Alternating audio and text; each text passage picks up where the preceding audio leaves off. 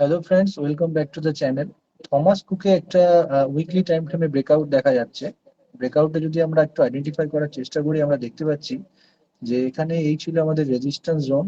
এর উপরে প্রাইস খুব স্ট্রংলি সাস্টেন করছে।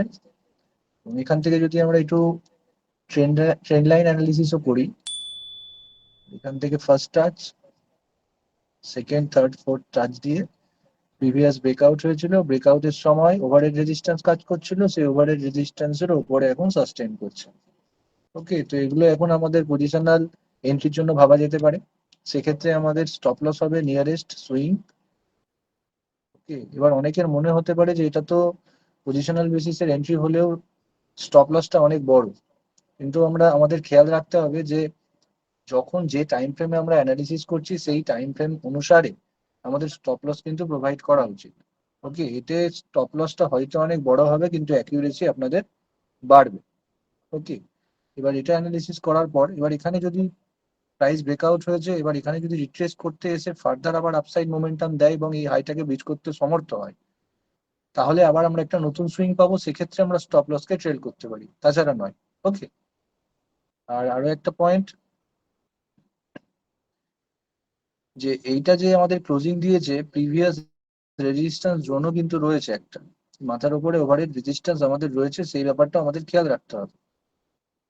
তো যারা আমরা ট্রেড করছি তারা এইটুকু রিস্ক জেনে বুঝে কিন্তু আমাদের পজিশন বিল্ড করতে হবে, যে এখানে গেলে কেমন রিয়াক্ট করতে পারে। তো ন্যাচুরাল রেজিস্ট্যান্স থেকে রিট্রেসমেন্ট আসাটা স্বাভাবিক। অনেক সময় আমাদের এন্ট্রি হওয়ার পরে আমরা এখানে যখন একটু রিট্রেস করে আমাদের হয়তো ভয় হয় প্রচন্ড, যে এখান থেকে হয়তো প্রাইস ফল করে যাবে, আমরা কুইক প্রফিট বুক করে নিই। তো আগে থেকেই আমাদের প্ল্যানটা করে রাখা উচিত যে এখান থেকে আমাদের যদি এন্ট্রি হয়, তাহলে আমরা ফার্স্ট এখানে যদি টাচ করে এই রেজিস্ট্যান্স জোনে কিছু প্রফিট বুক করব। যদি ফার্দার ব্রেকআউট দেয় তাহলে আমরা আবার পজিশনকে অ্যাড করতে পারি, কোয়ান্টিটি অ্যাড করতে পারি। ওকে, তো এরকম ভাবে আমাদের প্ল্যান করতে হবে। Everything is fair in trading. Okay, যে কোনো সিস্টেম কাজ করবে, যে কোনো সিস্টেমই পারফেক্ট যদি আমরা ডিসিপ্লিনের সাথে মেনটেন করতে পারি সেই সিস্টেম, বা সেই সিস্টেম ফলো করতে পারি। ওকে, তো টিল দেন আমরা ওয়েট করব। আর যারা খুবই রিস্কি ট্রেডার, তাদের একটু মাথায় রাখতে হবে, তারা এই জোনটা একটা রেজিস্ট্যান্স জোন ছিল, এখন ব্রিচ হয়েছে, তার মানে এটা এখন একটা সাপোর্ট হিসেবে কাজ করবে।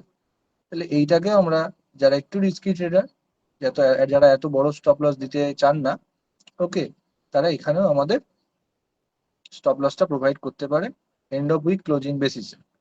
ওকে, তো thanks for watching, see you in next video.